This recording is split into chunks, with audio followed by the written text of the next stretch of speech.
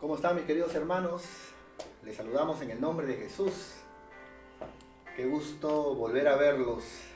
Qué gusto una vez más estar con cada uno de ustedes.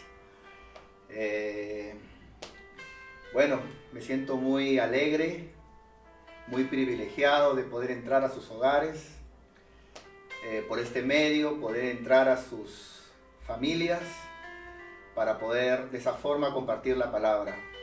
¿Qué te parece si oramos? Vamos a orar para poder entrar en el mensaje de la palabra de Dios. Considero que Dios tiene una palabra para ti. Considero que hoy Dios tiene una palabra poderosa para tu vida. Así que te animo ahí en tu lugar. Vamos a orar. Padre, queremos darte gracias por este tiempo. Gracias, Señor, porque eres un Dios bueno. En esta preciosa noche, Señor, sé tú convocando a los que son tuyos. Sé tú, Señor, hablando a mi hermano, hablando a mi hermana, permitiendo, Señor, que tal vez hermanos que en un tiempo se apartaron, se alejaron, Señor, oh Dios, hoy puedan por este medio escuchar tu palabra y permitiendo también, Señor, que familiares, amigos, personas que todavía no tienen el privilegio de servirte, en esta hora puedan conectarse y puedan oír tu palabra, Señor.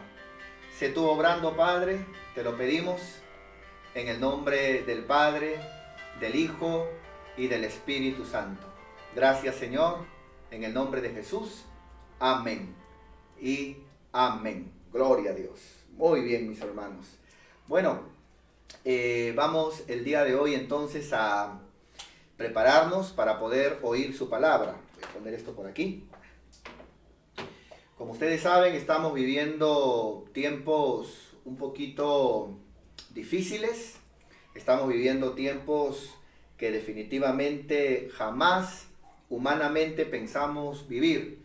Nuestro presidente ha declarado, se habla también de una cuarentena, ¿no? Aunque yo particularmente pienso que el término cuarentena no es un término bien aplicado, porque cuarentena habla de 40 días.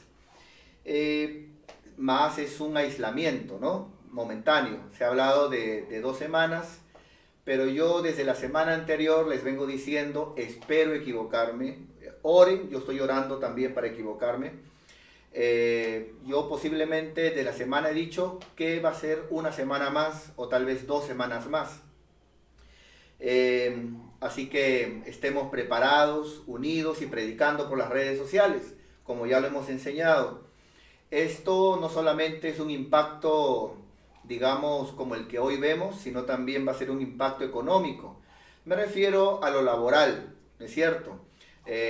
¿Por qué? Porque hay 2 tipos de personas. Está, por ejemplo, el que trabaja de una manera informal y los que trabajan ya, digamos, de una manera contratada formalmente, a planilla. Los informales, definitivamente, si no se trabaja, no hay economía. Y los que están formalmente trabajando, por más que se ha dicho de que se les va a reconocer o que es una semana, que tipo vacaciones, pero en algún momento se va a reconocer, hemos visto que del dicho al hecho hay mucho trecho, ¿no? Difícilmente alguien te paga si no se labora. Entonces, hermano, esto va a traer un impacto también un poquito en lo laboral, algunas pérdidas de trabajo y económico también, ¿no? Yo particularmente pienso de que esto es algo que va a traer muchos cambios en el mundo, porque hermano, recordemos que esto no es algo que esté pasando en nuestra nación. Recordemos que esto es mundial, en todo el mundo. Es una pandemia mundial. Y como ya se está diciendo, el mundo no será igual después de esto. Entonces, digamos, esto ha golpeado lo político, porque se ven a todos los presidentes, se ve, digamos, movidos, ¿no? Dando anuncios. Esto va a traer cambios políticos, social, ¿no? En todo el mundo, económico, por la parte laboral, por la parte de economía y la salud. Solamente falta lo religioso, ¿no es cierto? Y yo creo que esto va a ser el escenario perfecto para profecías que faltan cumplirse en la Biblia, ¿no? Este es el escenario perfecto para un hombre que la Biblia habla que se le conocerá como el anticristo y que yo creo que ya existe y que en un escenario como este será su voz escuchada y tal vez será la solución para los problemas mundiales que ya estamos viendo que se han presentado. Así que iglesia, levántate. Gracias a Dios, todo creyente, todo cristiano, todo hijo de Dios es guiado por el Espíritu Santo, y ya el Espíritu Santo, como en diferentes congregaciones, como a diferentes cristianos, ya el Espíritu Santo nos había hablado algunas cosas, ¿no? Como usted sabe, yo les había comentado que el año pasado fue un año de locos, ¿no? Vimos iglesias grandes mutilarse, iglesias grandes, ministerios grandes dividirse de una manera tremenda. Vimos mucha gente saliendo de iglesias, mucho mover, ¿no? Mucha crítica, fue el año de la locura, fue un año loco realmente, ¿no? Y les dije antes de que comience el año de enero de 2020 que para este año se veía mucha oscuridad y muerte, ¿no? Y definitivamente eso es lo que se está viviendo ahora, ¿no? Mucha incertidumbre, oscuridad, no se conoce el escenario todavía, qué es lo que está ocurriendo y hacia dónde apuntamos, y mucha muerte. Y ya el Espíritu de Dios nos había avisado. Todo el mes de enero, febrero y marzo, digamos primera semana de marzo, el Espíritu de Dios nos llevó a hablar de pura escatología, ¿no? Pero hablamos más que todo para los de casa, ¿no? Por esos meses no estuvimos colgando prédicas en nuestro canal de YouTube, donde tenemos casi 200 videos de todo tipo de enseñanza, la cual te invito a visitar. Inclusive estas prédicas que están saliendo en este momento en el Facebook en vivo, luego se están colgando en YouTube, para que todo tipo de persona en diferente lugar lo pueda ver. Entonces, estuvimos hablando de escatología, ¿no? Preparando a la iglesia para esto que se venía. ¿Se acuerda? Estuvimos hablando de todas estas cosas que iban a estar ocurriendo y pasando, ¿no? Por eso inclusive dimos un material, y yo espero que tú lo hayas adquirido, porque en aquel momento dije que en el momento donde tal vez no tengamos la posibilidad, tú puedes enseñar a tu familia. Y mira, se ha cumplido. Este es el momento donde puedes sacar esa separata y hablar de todos estos temas escatológicos futuros que hoy, a partir de hoy, se están cumpliendo. Muy bien, estuvimos entonces hablando acerca de lo importante de volver al principio, ¿no? Ese es el tema la cual estamos nosotros desarrollando desde el domingo, ¿no? Esperemos que hoy terminemos. Nuestro tema es volviendo al principio. Qué importante es volver al principio, volver a ese primer amor, dijimos así, volver a esa primera fe, ¿no es cierto? Y es bueno volver a empezar, ¿no? En el caso, por ejemplo, de alguien que ha cambiado, que ya no es el mismo, volver a empezar, ¿no? Y también aquellos que han dejado de congregar, que se han apartado, este es el momento, digamos, propicio para que vuelvas a empezar. Entonces, hoy vamos a continuar con este estudio, ¿no? Acerca de volver al principio, ¿no? A las bases, volver a empezar. Entonces, hablamos de volver al primer amor la semana pasada. Hablamos también de volver a la primera fe, y hoy vamos a hablar de volver a aquella primera ingenuidad, ¿no? Aquella primera ingenuidad. Y para eso es inevitable, ¿no? No hablar de los primeros hombres que Dios puso aquí en la tierra. Hablamos de Adán y Eva, no de Adán y Esteban. Adán y Eva, un hombre y una mujer. Si hubieran puesto a un hombre con otro hombre, por más que digan tenerse amor, el mundo no se hubiera multiplicado, ¿no? Pero Dios en la creación puso a Adán y a Eva.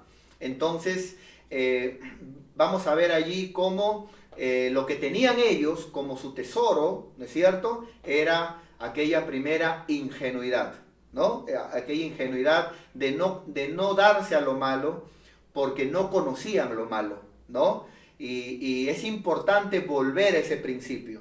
Recuerde que estamos tratando de versículos que hablan de lo primero, el primero, ¿no? Entonces vamos a ver desde el primer hombre y la primera mujer. Vamos al principio, ¿no? A Adán y a Eva, a ver cómo lo que primaba en aquel tiempo era la ingenuidad que tenía, ¿no? Y es importante que como creyentes volvamos a eso. Vamos a leer la Biblia para pasar a explicar un poquito. ¿Le parece? Muy bien, vamos por ejemplo vamos a hablar entonces en Génesis capítulo 3, verso 7 y verso 8. Vamos para allá, mis queridos hermanos. Génesis capítulo 3, verso 7 y verso 8, ¿no? Y dice, aquí vemos a nuestros abuelitos, Adán y Eva, ¿no? Algunos prefieren creer en teorías, porque la misma ciencia le llama así, la teoría, ¿no?, de la evolución, y prefieren creer que sus abuelitos fueron Cornelio, fueron Cira, pero la Biblia no dice, ¿no? Y la teoría de Dios es que Él hizo, no, Dios creó al hombre, Dios formó los cielos y la tierra, Dios creó al hombre a su imagen y semejanza, ¿no?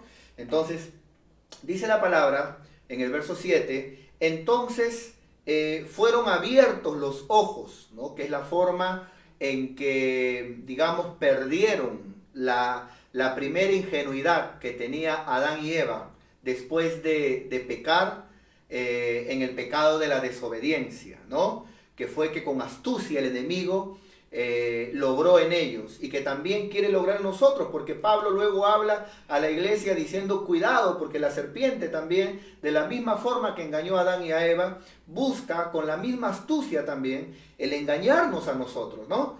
Entonces, dice la Biblia, entonces fueron abiertos los ojos de ambos, ¿no? Perdieron esa ingenuidad y entonces conocieron que estaban desnudos, ¿no?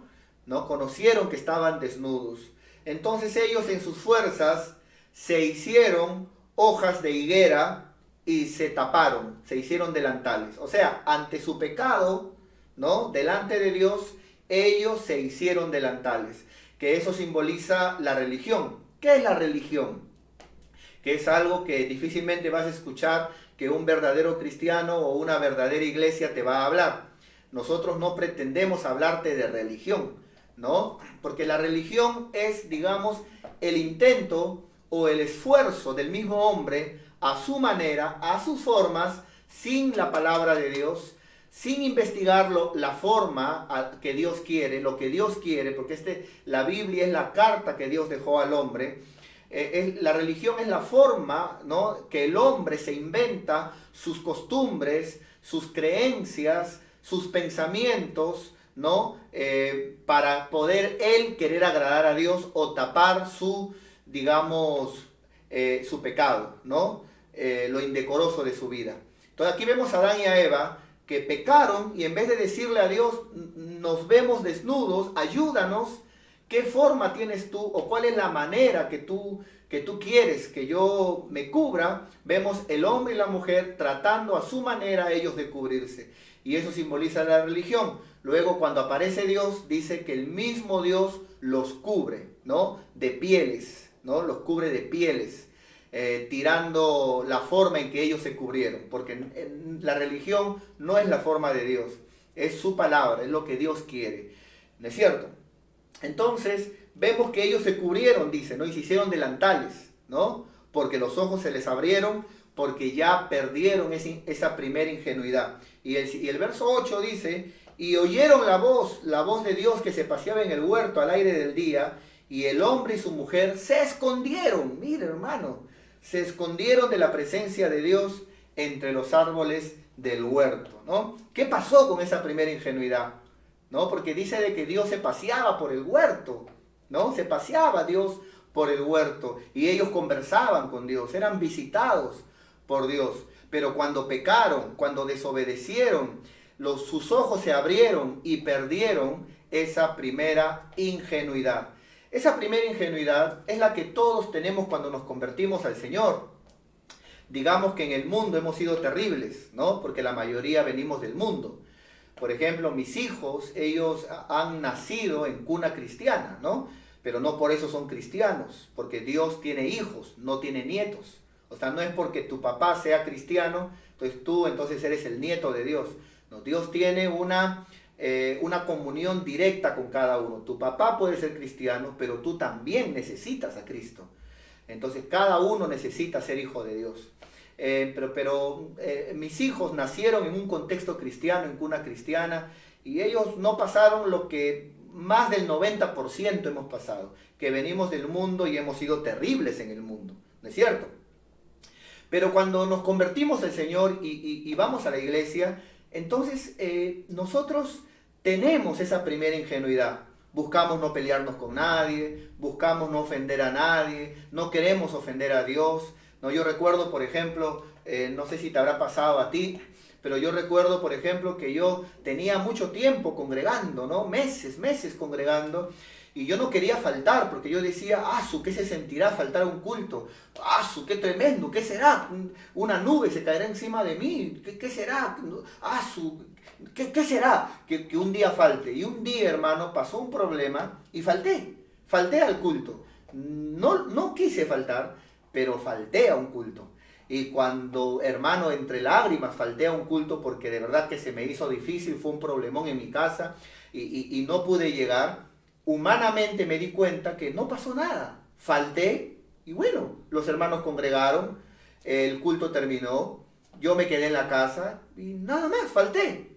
Y al siguiente día, digamos, me fui nuevamente a la iglesia, pero dije dentro de mí, no pasó nada, no se cayó el cielo, Dios no me martilló con su mano, no pasó nada.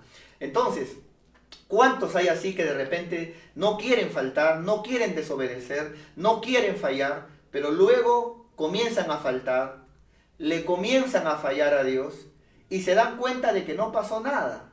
Es que no pasó nada aparentemente a los ojos humanos, no pasó nada, ¿no es cierto? Pero sí pasa, amado hermano. En este caso, por ejemplo, como en el caso de Adán y Eva, perdieron su primera ingenuidad.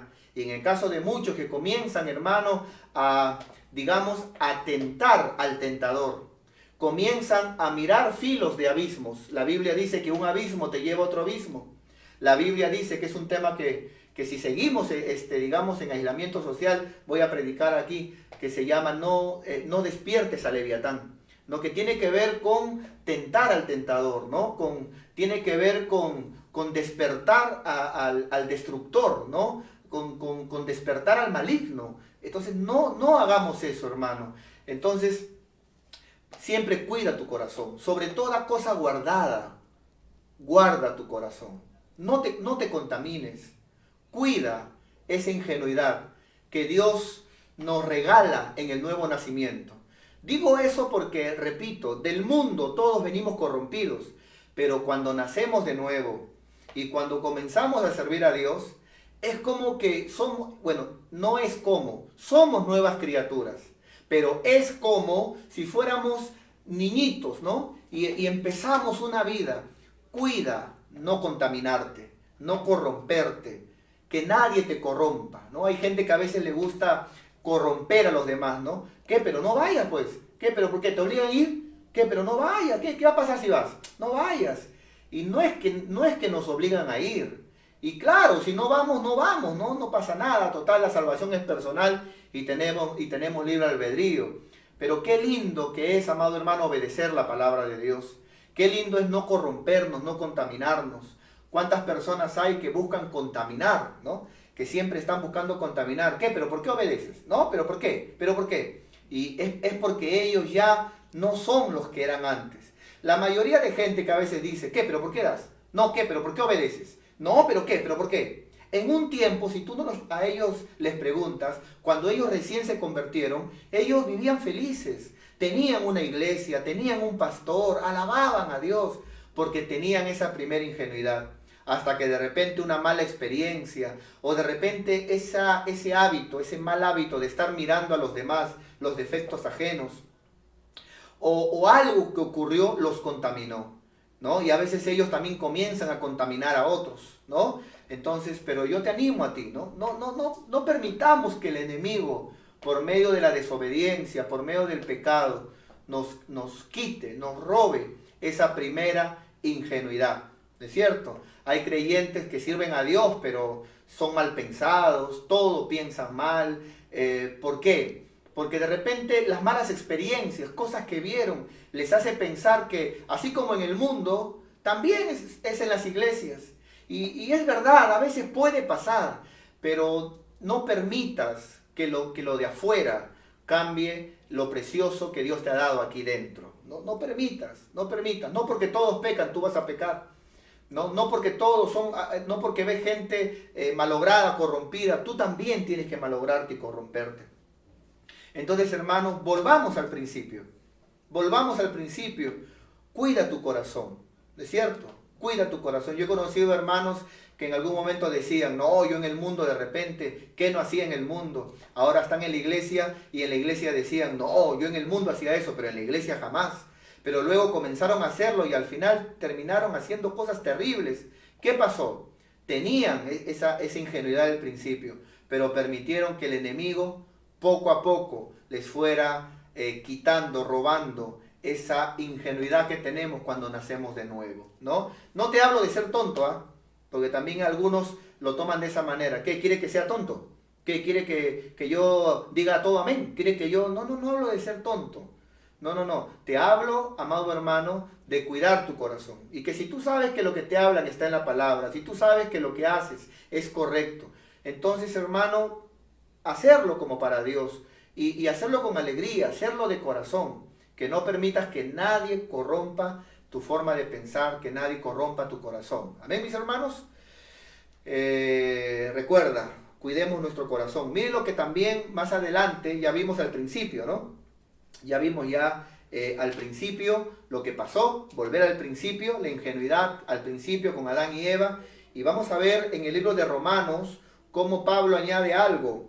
Cómo Pablo añade algo a esto. Por ejemplo, Romanos capítulo 16, verso 19, nos añade algo referente Pablo a la ingenuidad. Romanos 6, verso 19. Vamos para allá, por favor. Gloria a Dios. Muy bien. Vamos a confirmar si es Romanos 16, verso 19. Romanos 16, verso 19. Muy bien. Entonces, vamos para allá, mis hermanos. Miren lo que el apóstol Pablo dice en la palabra. Dice, porque vuestra obediencia ha venido a ser notoria a todos. Así que me gozo de vosotros. Pero note lo que dice el consejo apostólico. Pero quiero que seáis sabios, saber. Quiero que te preocupes en saber, que sepas, que seáis sabios para las cosas buenas. Para el bien quiero que sepas. Para todo lo que es bueno, ahí quiero que busques saber. Para todo lo que es bueno, sé sabio. Preocúpate en saber. Pero luego dice, pero ingenuos para el mal. O sea, el mismo apóstol Pablo, para aquellos que de repente alguno puede pensar, no, ¿cómo que tenemos que ser ingenuos como Adán y Eva? ¿No qué? O sea, de que ¿cómo se llama? O sea, que si el enemigo viene, tengo que ser ingenuo también para con él. No, para con él no. Para con él no. La Biblia dice, sabios para el bien, ¿no es cierto? Pero para hacer lo malo, para un mal consejo, para cuando alguien te quiera corromper, para hacia el pecado, ahí sé ingenuo. ¿En qué sentido? De no querer saber nada ni querer meterte en esas cosas. Entonces cuando hay alguien que te dice, por ejemplo, cuando hay alguien que te habla y te quiere decir, no, pero si yo hago así, no, pero mira, si yo no hago esto, mira cómo me va. Ahí, ingenuo para el mal. No, hermano, tampoco deseo saber. Ay, nomás, déjame, hermano. No, que tú eres tonto. Déjame entonces así vivir, hermano. Yo soy tranquilo, no tengo problemas. Yo me evito problemas, porque en eso consiste la sabiduría. No solamente evitar los problemas, sino también no entrar en problemas. Déjame así, amado hermano. No, pero mira, que esto, que lo otro. Ay, no más, hermanito. Dice la Biblia que para todo lo que es bueno, yo quiera saber. Sabiduría, saber. pero para todo lo que es malo, ingenuos para eso. No me cuentes si tú de repente hablas así, que si tú no vas, que si tú de repente no das, que si tú de repente a tu líder le gritaste, pero si yo que a mí, cuando mi líder me dijo algo, yo sí me le puse como gallito, ¿ah? ¿Qué cosa? ¿Qué? Tú también, hermano, tenemos derechos. No me corrompas, hermano, déjame así como estoy, tranquilito, así, no me quites la ingenuidad que tengo, hermano, porque si me corrompes yo voy a ser como era antes en el mundo, y en el mundo yo sí, hermano, era mal pensado, era pico duro, era chismoso, en el mundo todo lo veía malo, era corrompido. No me corrompas, déjame así, hermano, en esta primera ingenuidad que Dios me ha dado, ¿no? Y que quiero conservarla, porque eso es lo importante, ¿no? Conservar aquellas cosas bonitas que tenemos desde el principio, ¿no? El primer amor, la primera fe, esa primera ingenuidad, ¿no? Que se tuvo desde Adán y Eva, ¿no? Muy bien, vamos entonces a ver, vamos a continuar, hermano, ¿no? Vamos a continuar. Volvamos también, por ejemplo, a ese primer corazón que teníamos, que era un corazón, pero un corazón no endurecido, ¿no? O sea que cuando cuando pasan los años, pasa el tiempo, y tu corazón se ha vuelto duro, tu corazón se ha endurecido, entonces, hermano, eso habla de que has descuidado, ¿no? Ese primer corazón que Dios renovó al principio, ¿no? Que es un corazón puro, un corazón limpio, ¿no? Por eso el Señor dice, bienaventurados los limpios de corazón, porque ellos verán a Dios, ¿no? Por eso la palabra del Señor dice, y os daré un corazón nuevo, dice, ¿no? Y quitaré ese corazón de piedra, dice, ¿no? Y os daré un corazón que crea, ¿no? Un corazón de niño, os daré un corazón nuevo, dice la palabra de Dios. Entonces, no solamente tenemos que cuidar esa primera ingenuidad, ¿no es cierto? Esa primera ingenuidad, sino también tenemos que cuidar nuestro corazón también, ¿no? Que no se endurezca, porque con los años pasa que descuidamos lo del principio y nuestro corazón se endurece, ¿no? Cuando al principio no era así. ¿Quieres verlo? Vamos para allá. Vamos al libro de Mateo 19:8. Vamos para allá. Un corazón endurecido. Cuidado con eso. Mateo 19:8. Muy bien, hermanos. Mientras vas buscando, denme el permiso para tomar un poquito de agüita.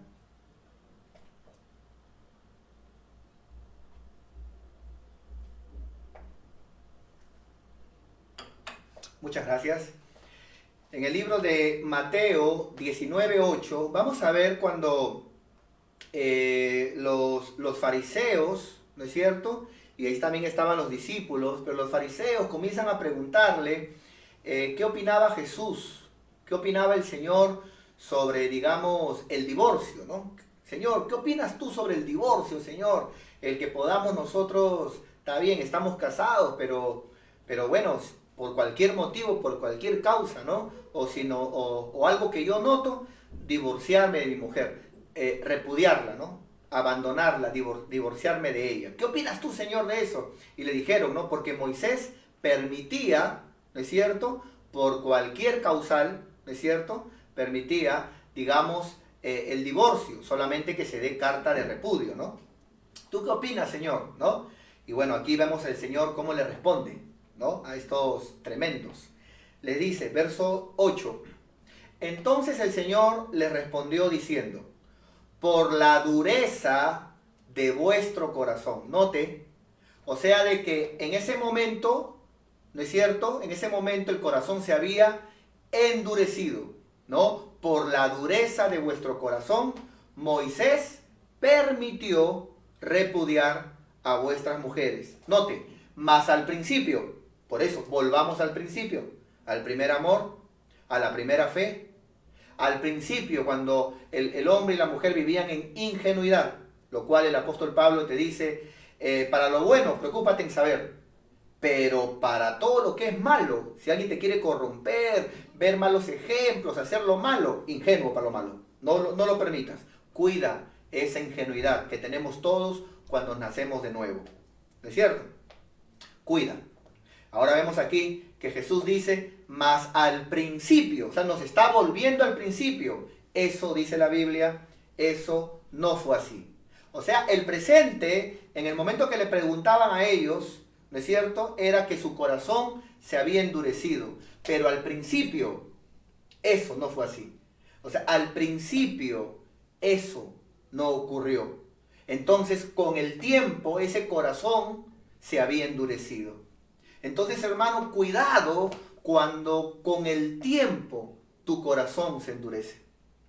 Cuidado, hermano, cuando al principio obedecías, cuando al principio, amado hermano, las cosas eran correctas, pero luego con el tiempo el corazón se endurece y las cosas cambian. Cuidado, amados hermanos, ¿no es cierto? Aquí ahora alguien me dirá, de repente me preguntarás, ¿no? Mi pastor, pero ¿en qué sentido un corazón se endurece? Empecemos por el contexto. Aquí, por ejemplo, el contexto habla que un corazón endurecido es un corazón inclinado, por ejemplo, a destruir la familia. Un corazón endurecido es un corazón inclinado a destruir el matrimonio, a destruir la familia. ¿No es cierto? El divorcio nunca ha sido, no es, ni tampoco será jamás el divorcio la voluntad de Dios. Miren, hermanos, yo sé que todo matrimonio tiene problemas. En el libro de Primera de Corintios, capítulo 7, el apóstol Pablo enseña, en cuestión a los matrimonios, enseña 3 cosas que hoy me gustaría rápidamente compartirte, ¿no? 3 cosas. La primera, desde el título comienza a hablar problemas en el matrimonio, ¿no es cierto? Problemas en el matrimonio. Eso es lo primero, ¿no? Lo segundo, el apóstol Pablo comienza a enseñar acerca de la separación, ¿no es cierto? Que no os separéis, y si se separa, no sepárese por este motivo, dice, ¿no? La separación. Primero, problemas, eso lo pasamos todos. Separación, ten cuidado, eso no es un juego. Y luego habla ya acerca de la anulación matrimonial o acerca del divorcio, ¿no? Casi ya al final. Entonces, lo que intento decirte es que debemos de tomar el matrimonio como algo serio. Lo primero, por ejemplo, problemas en el matrimonio. ¿Quién no tiene problemas en el matrimonio? Todos tenemos problemas en el matrimonio, pero los problemas se arreglan hablando. No hay peor cosa en un matrimonio que sean 2 niños o 2 egos casados. 2 niños, porque van a estar peleando, ninguno quiere ceder. Y 2 egos, porque cuando una mujer tiene ego, ¿no es cierto?, bien elevado, y el hombre también, él va a querer dominar y mandar, ella no va a querer y va a querer también mandar. Entonces, comuníquense. Los problemas se evitan conversando. Conversen, como la otra vez les dije. Siéntense. El problema también a veces es que el hombre dice, no, pero ya, yo porque tengo que hablar. Tienes que hablar tú porque eres el hombre, eres la cabeza, por eso. Tú eres el llamado a resolver. Tú eres el llamado a ordenar. Porque eres la cabeza. Eso es ser cabeza, mi querido. Cabeza no es yo mando. Cabeza no es lo que yo digo. No. Cabeza es dirección, enseñanza, dar cuenta delante de Dios. Somos nosotros, los varones, los esposos, los que daremos cuentas por nuestro matrimonio, por nuestra familia. Por eso se le llama cabeza de hogar. Entonces, los problemas, ¿no? Cuando el apóstol Pablo habla de los problemas, por ejemplo, él dice, no os neguéis el uno al otro, ¿no? Y a veces hay problemas porque de repente la mujer dice, no me compró mi pollito a la brasa, entonces ya, nada, dice la mujer, ¿no? Entonces se crean problemas por el ego también, ¿no? Como ya bien dije, etcétera, etcétera. Entonces el apóstol Pablo dice, no os neguéis, dice el apóstol Pablo, ¿no? No os neguéis. Bueno, luego también se habla de la separación. La separación no es un juego, mis queridos hermanos. El apóstol Pablo enseña claramente y dicen que no estén separándose. O sea, no es correcto separarse por un problema. No es correcto de que, ay, me gritó, me separo. Ah, no me dio lo que yo quise, me separo. No es correcto de repente agarrar y decir, no, me levantó la voz, me separo. No. Nadie te puso un revólver para que te cases con él y para que te cases con ella. Problemas siempre van a haber. Comunícate, arregla, conversa. Yo no sé por qué hay matrimonios que les gusta vivir en problemas. Y digo que les gusta porque si dejas el orgullo, si te atreves a hablar, pero ya hablé, pastor, pero hasta que estén vivos tienes que seguir hablando. ¿Es cierto? Hasta que puedan dominar el problema, ¿no? Entonces, en el caso de la separación, no es por cualquier motivo, ¿ah? Por ejemplo, no sé si me gustaría brevemente hablar solamente una cosita. Por ejemplo, ¿por qué causa? ¿Por qué causa dice, por ejemplo, el apóstol Pablo que existen las separaciones? Es solo por una. Hay solamente una causal para una separación, que no es divorcio. Separación implica que la mujer, por ejemplo, tenga que, por un tiempo, digamos, dejar, ¿no es cierto?, al esposo o viceversa, una separación. Y eso solamente ocurre, no es por problemas, ¿no? Hay hermanas que van y hermanas o hermanos que van donde la mamita, donde el papito, ay, me ha gritado, ay, tenemos problemas. Ah, arréglalos pues, arréglalos, los problemas se arreglan. Para la separación solamente hay una causal que está en 1 Corintios 9:13, cuando el apóstol Pablo dice, vamos un momento por aquí, por favor. La separación lo encontramos vamos un momento, acompáñeme por favor por un momento a 1 Corintios, capítulo 7 le dije, ¿no? 1 Corintios, capítulo 7, y cuando el apóstol Pablo habla diciendo de que si hay un trato como esclavo, ¿no?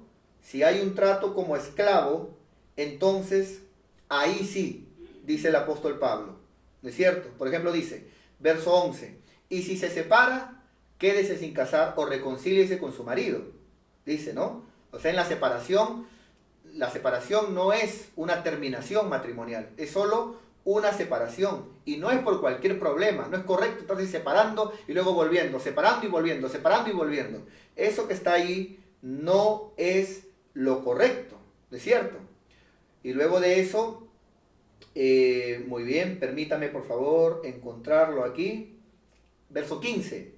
Pero si el incrédulo se separa, sepárese, pues no está el hermano, sepárese. Y aquí viene el causal, el único causal, pues no está el hermano o la hermana, no, hermano o hermana, sujeto a servidumbre.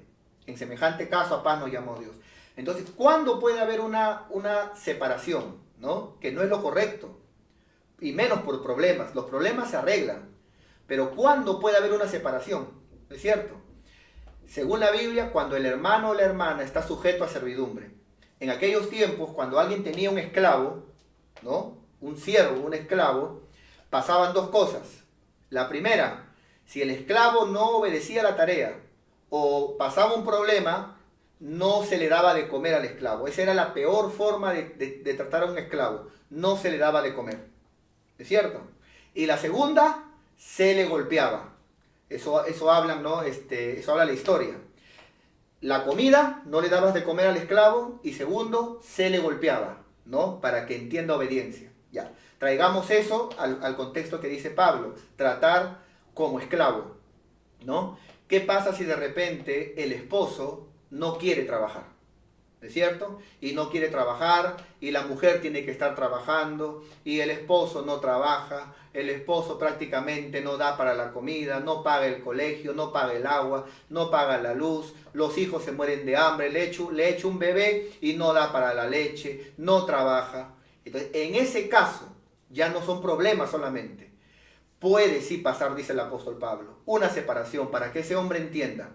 Para que ese hombre entienda y comience a extrañar a su mujer, comience a extrañar a la familia. Y ese hombre ya al menos por ese medio comienza a trabajar para que su mujer vuelva con él. Pero no es porque hubo problemas, no que me gritó, no que me dijo carechancho, no que me dijo, no es por cualquier problema. Hermano, por favor, ya, sean maduros. Tienes un problema en tu matrimonio, arréglalo, ¿no? Arréglalo. Pero si hay problemas ya donde el hombre, por ejemplo, no quiere trabajar, y digo esa palabra no quiere trabajar, porque no es el caso de un hermano que no encuentra trabajo. No vaya a ser una hermana que de repente el esposo busca trabajo, pero a veces no encuentra y está en un cachuelo y luego se queda una semana, 2 semanas y luego busca un trabajo porque no encuentra. O sea, no es su caso, no es su caso. Hablamos de un hombre que descaradamente abandona a la familia económicamente y vive a la mujer y la mujer lo mantiene y él no da para el colegio, no da para la comida, ni siquiera para una pastilla si el hijo se enferma. Entonces le está tratando como esclavo. Y ahí Pablo dice, sepárese. Y lo segundo, lo que se hacía un esclavo era golpearlo. ¿Qué pasa si un hombre de repente le mete un derechazo, ¿no? La noquea a la mujer, ¿no es cierto? Entonces la mujer dice, no, me divorcio. Es que la Biblia no dice eso. Lamentablemente la Biblia no dice eso. Entonces la Biblia ya ahí no son problemas. Como ya dije, los problemas se resuelven hablando. Primero, problema. Segundo, separación. En este caso ya, si el hombre te está levantando la mano, puede separarte. Ahí sí. Pero la separación no es divorcio. Donde estés, tú sigues casado con ese hombre. ¿Es cierto? La separación es para que el hombre comience a pensar qué he hecho, por qué me comporto así, pida perdón a los padres, pida perdón a los hijos y entienda que tiene que cambiar. ¿No es cierto? Para recuperar a su matrimonio. Ya lo tercero tiene que ver ya problemas, segundo, separación, y lo tercero ya es la nulidad matrimonial. No es cuando ya se hace nulo el matrimonio, es el divorcio, que en este caso Jesucristo, me parece que en el libro de Mateo, Mateo capítulo 5, verso 32. A ver, vamos un momento para allá, por favor, acompáñenme. Mateo capítulo 5, verso 32. El Señor habla y ya claramente dice el Señor, ¿no? El Señor dice claramente. Pero yo os digo que el que repudia, o sea, el que quiere divorciarse de su mujer, a no ser por causa de fornicación, o sea, solamente esa es la única causal para un divorcio, que repito, no es la voluntad de Dios, no es la voluntad de Dios. Si de repente hay un matrimonio que ha pasado una infidelidad conyugal y de repente el marido lo hizo porque no tenía a Cristo y cabe la posibilidad que Dios, le permitas a Dios restaurar tu matrimonio y que se perdone y que eso sirva para que el esposo venga a Cristo, de verdad que el perdón, la restauración matrimonial, la restauración familiar es la mejor inversión que puedes hacer para tu familia. Ahora, pero en este caso se habla, digamos, de hombres que están siempre engañando a las mujeres o mujeres que engañan a sus maridos. Ese acto, infidelidad conyugal o acto de fornicación, como le llama aquí, sí causa la ruptura matrimonial. No lo digo yo, lo dice el Señor, véalo en diferentes versiones, lea comentarios, no lo digo yo. Aquí el Señor lo habló. Mucha gente se confunde porque dice, no, pero ahí dice fornicación, no dice adulterio. Es que lo que pasa es que la palabra adulterio, justo por el contexto, se puede malinterpretar. Porque, por ejemplo, antes de hablar aquí del divorcio, Jesús justo habló del adulterio, versículos antes. El Señor, por ejemplo, dijo, no cometerás adulterio, verso 27, dijo el Señor.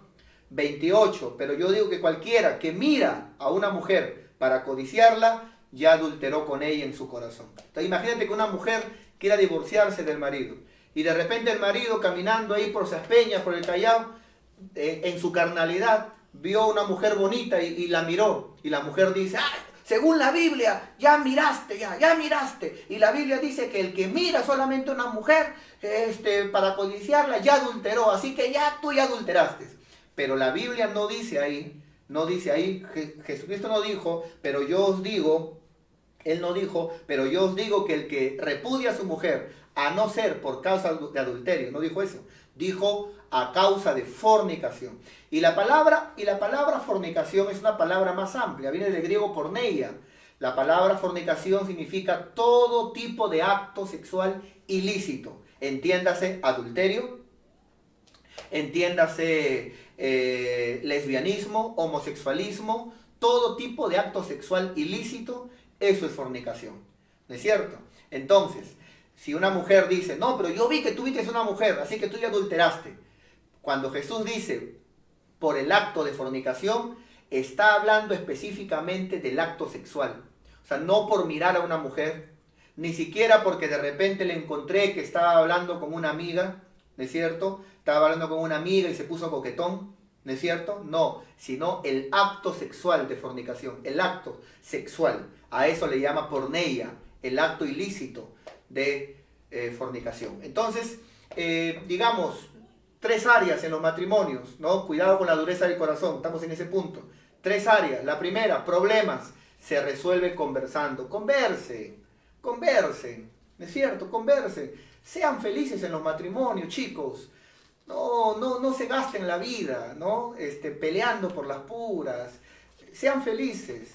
Al final, tómalo de esta manera. Si estoy casado, si voy a vivir con él, si voy a vivir con ella, hagámoslo en buena onda, ¿no? Hagámoslo bien, ¿no? Porque esa es la mejor manera, ¿ya? Primero, problema. Segundo, separación. Solamente ocurre si la pareja siempre está que te quiere pegar, ¿no? La mujer agarra cuchillo y siempre agarra cuchillo, no seas malo, ¿no? Te está tratando como un esclavo, como un siervo, entonces ni hablar. Entonces, la separación ayuda, ¿no es cierto?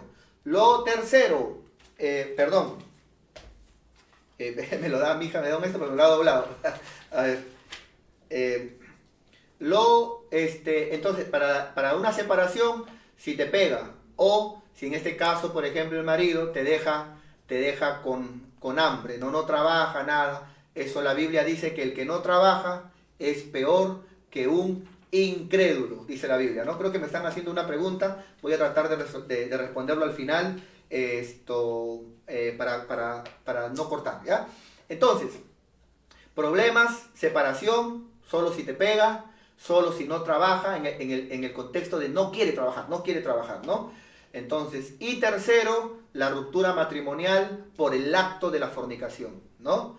Por el acto de fornicación. Entonces, repito, muchos se confunden, no, pero no dice adulterio, ¿no? Pero en 1 Corintios 5:1 se habla de un joven que se metió con la mamá que se metió con la esposa de su padrastro, con su madrastra, me parece, se metió con su madrastra, ¿no? Se metió con su madrastra y dice ahí al fornicario, pero se supone de que debe llamarlo adulterio, es que es lo mismo, porque el que adultera tiene que fornicar, que es el acto sexual, es lo mismo.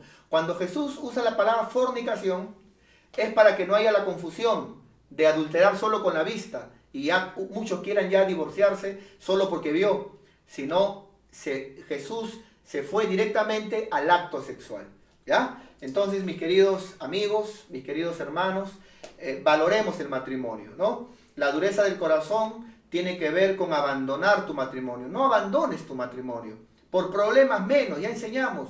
Los problemas es para resolverlos, para hablarlos, háblalos. ¿No es cierto? La separación no es por cualquier cosa. No estés saliendo de tu casa, entrando, saliendo, yéndote para allá, para acá, haciendo aspavientos por problemas. ¿Qué culpa tienen los demás por problemas que tienes? ¿Acaso cuando te enamoraste, consultaste al resto?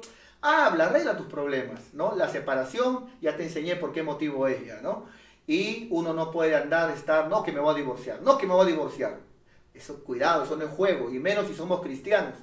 Porque si somos cristianos, se supone que los cristianos no adulteramos. Y si no hay adulterio, ¿no? que tiene que ver con la fornicación, menos van a haber causales para los divorcios. Así que, hermanos, por favor, valoremos nuestro matrimonio, valoremos la familia, valoremos el hogar, y la dureza del corazón tiene que ver, en este contexto, con no valorar la familia, no valorar el matrimonio, y tenemos que cuidar que nuestro corazón no se endurezca. Amén, hermanos. Tenemos que cuidar que nuestro corazón no se endurezca. Así que, mis queridos hermanos, tengamos siempre un valor a la familia, ¿ya? Un valor siempre al matrimonio. Siempre cuidemos eso, ¿no? A veces hay hermanas que me dicen, mi pastor, yo tengo problemas con mi esposo, le he dicho para ir a consejería, le he dicho para ir a consejería, pero él me dice, no, ¿por qué tenemos que exponer nuestros problemas? ¿Por qué tenemos que decir, yo me he casado contigo, tú te has casado conmigo, nuestros problemas son nuestros problemas? Al final pasan los años y yo le pregunto a la hermana, ¿y cómo estás? Ya, pastor, se terminó todo. Ahora está que me ruega, que quiere volver, hasta quiere hablar con usted, pastor. Y yo me pregunto, ¿por qué? ¿Por qué ahora sí quiere hablar? Es que a veces también el no buscar consejos, el no querer consejos también, el no querer ser corregido, el no querer estar, el no querer estar, el ser corregido, el ser aconsejado, eso también tiene que ver con dureza de corazón, ¿no? Entonces, muy bien, vamos a continuar, por favor. Vamos a continuar en esta hora y vamos en este momento a hablar también acerca de volver al principio, pero ya no a un corazón correcto para que no se endurezca, ya no de la primera fe, primer amor, ya no ya digamos, de la primera ingenuidad, sino vamos a hablar de volver al principio, cuando teníamos un corazón generoso, un corazón generoso. Mire lo que dice en Filipenses 4:15, ¿no? Filipenses 4:15. Vamos para allá, por favor, por un momento. Filipenses 4:15 dice la palabra de Dios de la siguiente manera. Y sabéis, dice Pablo, vosotros, oh filipenses, que al principio de la predicación del Evangelio, al principio, ¿lo vio? Estamos viendo todos los versículos que hablan y al principio, no era así, el primer amor, la primera, ¿no? Dice, y sabéis, filipenses, que al principio de la predicación, cuando partí de Macedonia, ninguna iglesia participó conmigo en razón de dar y recibir, sino solo vosotros, ¿no? En razón de dar y recibir. Entonces, yo creo que todos recibimos la misericordia de Dios, el perdón de pecados, recibimos la gracia de Dios. Cuando vamos a la iglesia tenemos una silla para sentarnos, prendemos la luz, hay agua, vamos al baño, hay salones, hay un templo, hay un local, hay un pastor que nos recibe en consejería, que nos da enseñanza, hay líderes, todos recibimos y a todos nos gusta recibir, a todos nos gusta recibir. Nadie se levanta en cuestión de recibir, pero ¿qué en cuestiones de dar? Y ahí está el problema, y ahí también este punto está pegado también con la ingenuidad, porque es aquí en este punto donde vienen más ataques del enemigo vienen, ¿no? Más ataques del diablo. Entonces, la Biblia nos habla de dar, mis queridos hermanos, es parte de dar, viene de Dios. Mire la palabra, Dios, quítale la S, Dios. Dios tiene que ver con dar. Su esencia es dar. La Biblia dice, porque de tal manera amó Dios este mundo que dio. O sea, su esencia es dar. Y Él no te dio lo que le sobra. Él no dijo, a ver, te voy a dar una estrella, te voy a dar un planeta. No. Él nos dio a su Hijo. Entonces, dar tiene que ser parte de nosotros. Pero a veces agarrándonos del otro punto de la ingenuidad, a veces cuando nos corrompemos, cuando permitimos que nos contaminen la cabeza, cuando cambiamos también en ese asunto. No cambiamos en recibir siempre nos ha gustado en el mundo, nos gustan las cosas de Dios, recibir todo contento, ¿no? El problema es dar, pero hermanos, dar está en la Biblia. Dar lo dice Dios. O sea, no es una filosofía pastoral. Está en la Biblia. Es un mandamiento, ¿no? Y yo estoy convencido de que para dar hay que amar. Porque el que no ama, no da. Así de simple. ¿No es cierto? ¿Por qué un padre da a su familia? Porque ama a su familia. ¿Por qué una madre da aún su vida al momento de dar a luz un hijo, porque ama a ese hijo que tiene en su vientre, ¿no? Entonces, dar está en la palabra. Y es importante que como creyentes volvamos al principio, como Pablo dice, y al principio, cuando les predicaron, ¿no es cierto? La mayoría no daba, pero al principio ustedes fueron los que dieron, al principio, ¿no? Entonces volvamos a ese principio, hermanos, volvamos. A veces la gente inconversa, ¿no? Tiene malos pensamientos, hablan cosas. Y el problema no es que la gente que no es cristiana hable, el problema es que los cristianos se la crean. Ese es el problema. Entonces la gente cristiana dice, por ejemplo, ¿no? No ofrendes, dice, ¿no? No diezmes, dice. Pero pregunta, si los cristianos no ofrendáramos, y digo ofrendáramos porque yo ofrendo, si los cristianos no diezmáramos, y digo no diezmamos porque yo diezmo, o sea, todo pastor debe diezmar también. Entonces, si nosotros no ofrendamos, si la iglesia no ofrenda, no diezma, la pregunta es, ¿cómo pagamos la luz de los locales? ¿Cómo pagamos el agua? Ese inconverso que dijo, no, hay que darle al necesitado, hay que darle al hambriento, al mendigo. Él va a ir a pagar la luz de los locales. ¿Cómo pagamos los alquileres de los locales que tenemos alquilados? En el caso de los pastores que alquilan locales, se cerrarían. ¿Cómo compraríamos locales para tener templos? Templos ya nuestros, ya no habría. ¿Me está entendiendo? Claro, para el inconverso normal, porque él no va a venir. Pero tú sí vas. Tú sí te sientas en una silla que se compró con esto. Tú sí prendes una luz que se paga con esto. Tú sí usas un baño, ¿no es cierto? Y que se paga con esto. O sea, hermanos, ofrendar y diezmar está en la palabra. ¿Qué tiene que ver con dar? No, que darle al pobre, darle al mendigo. Yo no sé tú, pero yo sí ayudo a mucha gente necesitada, ¿no? Yo ayudo a personas que yo puedo ayudar, bendigo, o se da una canasta de víveres, yo ayudo, pero yo no necesito desobedecer a Dios para con mi desobediencia querer hacer algo justo y bueno. No. Yo obedezco a Dios y aparte hago algo bueno y algo correcto. Entonces eso, no mezclemos. ¿No? Eso es como que se diga, por ejemplo, eso es como que se diga, no le des a tus hijos, no le des a tu hogar, no pagues la luz de tu casa. No, dale a los pobres, a los indigentes. No puedes hacer un bien, ¿no es cierto? Haciendo algo incorrecto. No está bien. Ahora, cuando hablamos de dar, hablamos de ofrendas y de diezmos, ¿no? Hay muchas otras cosas más que se hablan, que particularmente pienso yo que no están en el marco actual de la luz del Nuevo Testamento, ¿no? Escritural en el contexto de la línea, digamos, económica, ¿no? En la enseñanza de Dios. Uno de ellos, por ejemplo, con mucho respeto, pero es los famosos pactos, ¿no? Primeramente, que cuando se hablan de pactos, en la gran mayoría no tienen nada que ver con dinero.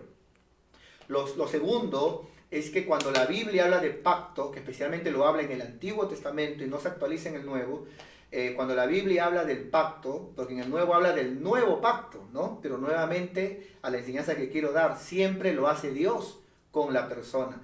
El pacto, según la Biblia, la enseñanza, la teología, nunca lo hace un menor al mayor. El pacto lo hace un mayor a un menor, o lo hacen dos iguales. Por eso que el matrimonio es un pacto, porque lo hacen dos iguales, ¿no? El hombre y la mujer cuando se casan es un pacto, pero el pacto nunca lo hace un menor a un mayor, ¿no? Es como que yo diga, ¿no? Voy a hacer un pacto en esta hora, Vizcarra, hago un pacto en esta hora, ¿no? Yo no puedo hacer algo porque yo, en cambio Vizcarra sí puede hacer un decreto, un pacto, ¿no? Él sí puede establecer algo, ¿no es cierto? Porque él es mayor a menor. Entonces en la Biblia siempre es Dios haciendo un pacto con Noé, o Dios haciendo un pacto con Abraham, Dios haciendo un pacto con su pueblo, y el nuevo pacto que lo hizo y es el único pacto que tenemos nosotros, el nuevo pacto en la Biblia, ¿no? Por eso que no va por ahí, yo no quiero ni señalar ni juzgar, solo digo de que no está escrituralmente, y menos cuando a veces se enseña que pacto siempre es por dinero, ¿no? No, lo que uno puede hacer es un compromiso con Dios, un voto, ¿no? Un voto a Dios, pero pacto no va por ahí, ¿no? Ahora bien, pero la Biblia sí habla de ofrendas y diezmos, ¿no? El ofrendar, ¿no? Es algo que debemos de hacerlo con alegría. Inclusive la Biblia dice de que Dios ama al dador alegre, ¿no? Dios ama al dador alegre.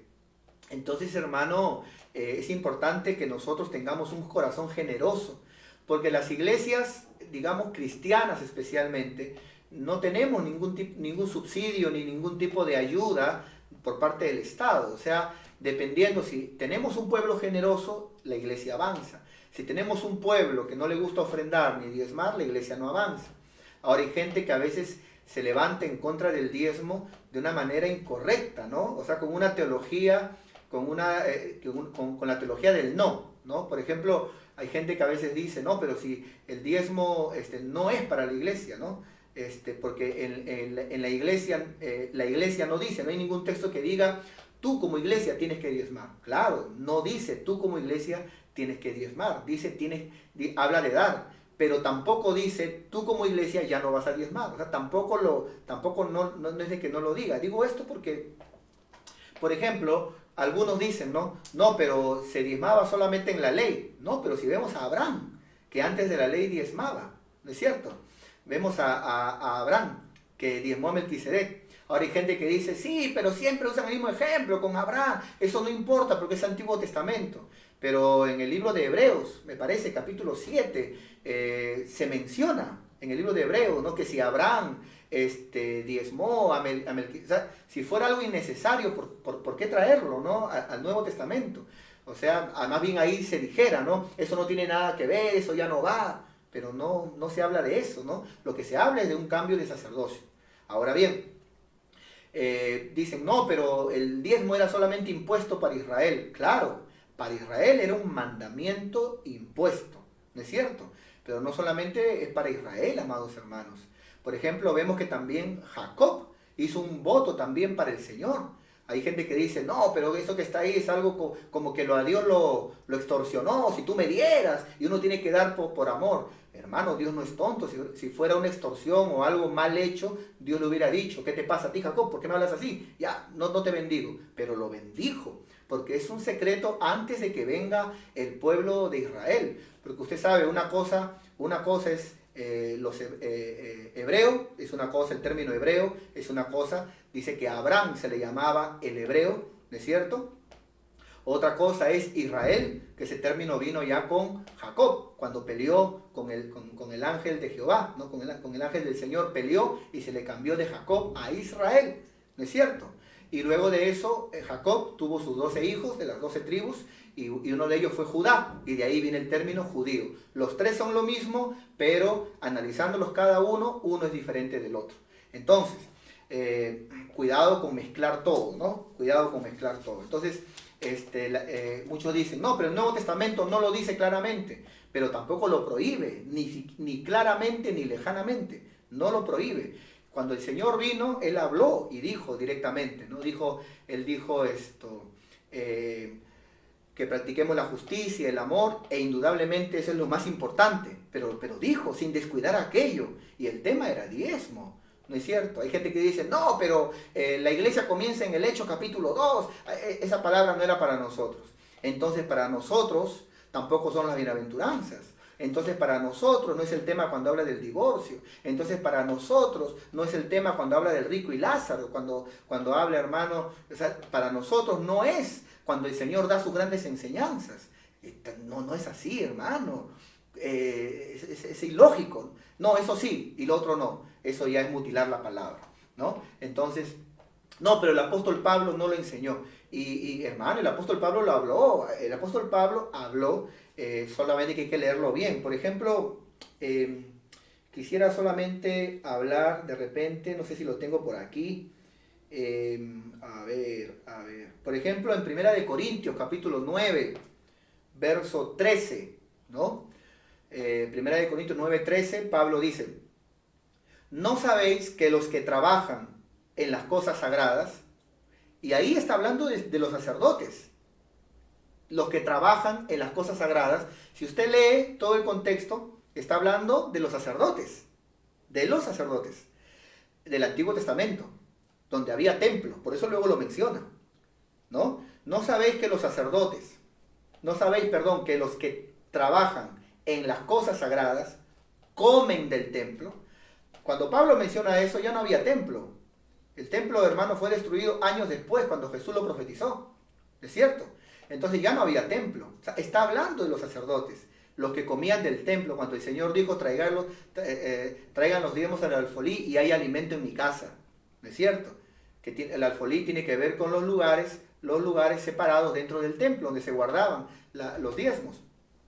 Ahora bien, dice, ¿no sabéis que los que trabajan en las cosas sagradas comen del templo? O sea, está hablando del Antiguo Testamento. Y los que sirven al altar, indudablemente, está hablando de los sacerdotes, ¿no? De la forma en que ellos servían.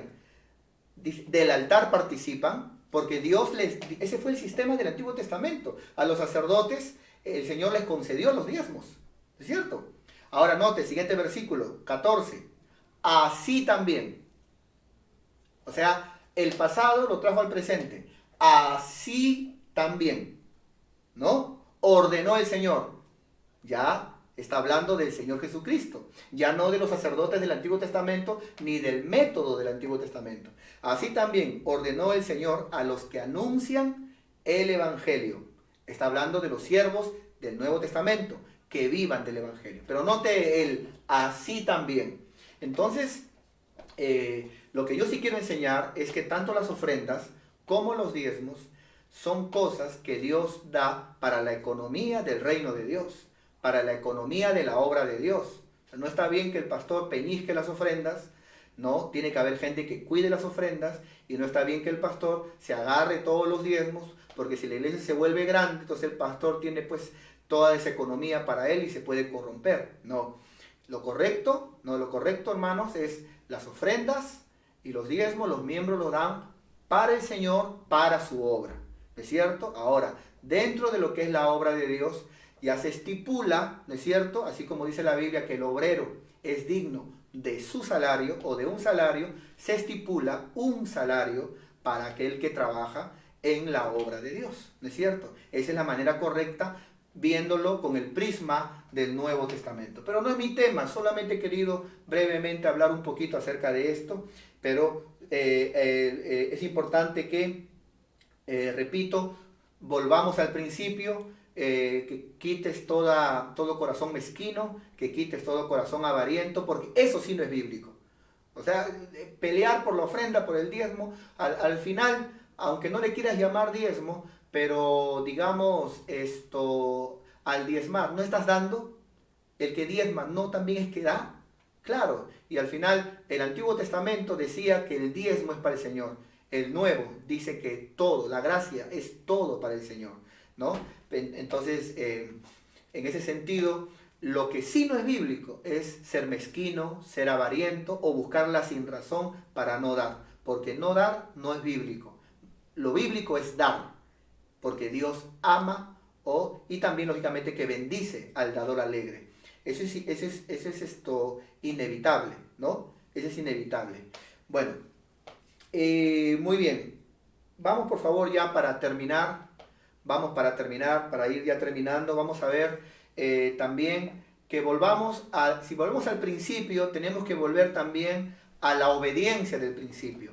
Porque cuando recién comenzamos éramos fáciles de obedecer. Pero luego cuando ya comenzamos a crecer, a madurar, nos volvimos maduros. Pero algunos en vez de ser maduros, se volvieron más duros. Entonces vamos a ver cómo Pablo dice, vuelve a esa obediencia del principio, ¿no? Entonces hemos hablado de volver al primer amor, la primera fe, la ingenuidad del principio. Hemos hablado de volver a ese corazón que no estaba endurecido, ¿no? No caigamos en la dureza del corazón. Hemos hablado de tener un corazón como al principio, generoso, Y vamos a hablar ahora la obediencia del principio. Primera de Juan 2:17. Primera de Juan 2:17. Y con esto vamos a ir ya, hermanos, terminando. Primera de Juan 2:17. Qué bueno, hermanos. Estén atentos para la enseñanza que viene el día jueves. ¿Ya? Estén atentos el día jueves. Estén compartiendo, compartan la palabra. Recuerden que esta es nuestra única forma y manera de que podamos nosotros predicar la palabra. Dice en 1 de Juan 2:7, vamos a confirmar el texto, no sé si me estaré equivocando. 1 de Juan 2:7, sí, vamos para allá. Muy bien, dice: hermanos, no os escribo mandamiento nuevo. Note que habla de mandamiento, y un mandamiento es para obedecer. El mandamiento es para obedecer. Note que no os hablo de un mandamiento nuevo, sino del mismo mandamiento antiguo, ¿no? Para obedecer. Mandamiento antiguo que habéis tenido desde la palabra el principio, el mandamiento del principio. Y todo mandamiento es para obedecer. Este mandamiento antiguo es la palabra que habéis oído, y repite, desde el principio. Entonces aquí vemos, me equivoqué, no es el apóstol Pablo, Juan. Aquí vemos a Juan diciéndole: desde el principio tenemos la palabra, esta palabra antigua, que es un mandamiento para obedecer. La obediencia a la palabra. La obediencia es fundamental. Fundamental. Para empezar, desde lo que estamos viviendo.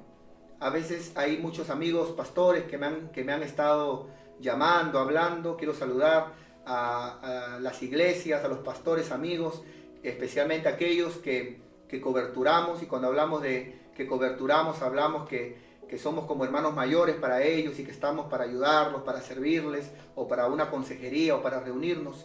A nuestro amado pastor Laureano, ¿no? Y otros más, quiero saludarlos. Algunos de ellos me llamaban y me decían de cómo algunos hermanos a veces se levantaban y decían: pero pastor, ¿cómo es posible que van a cerrar la iglesia, que no va a haber culto? Yo no me imagino, hermano, ¿cómo es posible? ¿Quieres hacer culto en desobediencia con la autoridad? No, es que no mires al hombre, miremos a Dios. Ese asunto de miremos al hombre, hermano, digamos, tiene un ingrediente de rebeldía, ¿no? Un ingrediente de rebeldía. Pero ese hombre, ese presidente, fue puesto por Dios. ¿Cuándo, según la Biblia, tenemos que mirar a Dios por encima del hombre? Cuando la autoridad nos prohíba predicar la palabra. Pero estamos predicando. Lógicamente que por cuidado, ya no a las multitudes personalmente, pero estamos predicando mediante el internet. No hay ningún problema. Especialmente cuando a veces, hermano, en los cultos éramos los mismos. Pero ahora por el internet estamos ganando gente nueva. Y esa es mi alegría, hermano. Yo felicito a mis hermanos que están invitando a la familia para escuchar la palabra de Dios. Los felicito, que están compartiendo, porque están escuchando la palabra de Dios. Gente que en un tiempo a veces no iba a la iglesia, pero ahora están escuchando la palabra de Dios. Entonces, no, la obediencia es el secreto del éxito. No, pero yo igualito, vamos a hacer ayunos, vamos a hacer vigilias, vamos, por más que hagas ayunos, vigilias, todo tipo de sacrificio, el Señor dijo en su palabra, el Señor dijo que la obediencia, ¿no?, es principal y por encima a 1000 sacrificios. ¿De qué sirven los sacrificios cuando lo que Dios busca es obediencia? Entonces, mi querido hermano, ¿de qué sirve que yo como pastor te esté predicando, me pare en el púlpito de repente de aquí algunos domingos? ¿De qué sirve tú, hermano músico, que toques el instrumento o que cantes en la alabanza? ¿De qué te sirve a ti de repente, hermano, ser miembro de una iglesia que está bien? No te estoy votando, solo te digo, poco es. ¿De qué sirve que querramos hacer cosas que hagamos si estamos en desobediencia? Volvamos al principio, cuando anhelabas obedecer, cuando querías obedecer. Volvamos al principio, cuando al margen de querer ser visto o querer hacer cosas, lo que más nos importaba al principio era agradar a Dios, estar en obediencia. Recuerda, la obediencia está por encima de cualquier sacrificio. Así que yo te animo, hermano, yo te animo, sigamos juntos, sigamos predicando la palabra y vuelve a ser ese creyente, ese cristiano del principio. ese creyente que el Señor se alegraba y se gozaba, porque eras alguien con un corazón ingenuo para hacer lo malo, y con un corazón genuino, con ganas de aprender para hacer lo bueno. Vuelve a empezar en ese primer amor que tenías antes, en esa primera fe cuando todo le creías a Dios. Vuelve a esa primera obediencia, cuando más que querer ser una estrella, o más que querer grandezas, o querer ser visto, o querer hacer cosas, solamente querías obedecer y hacer su voluntad. Vuelve a ese corazón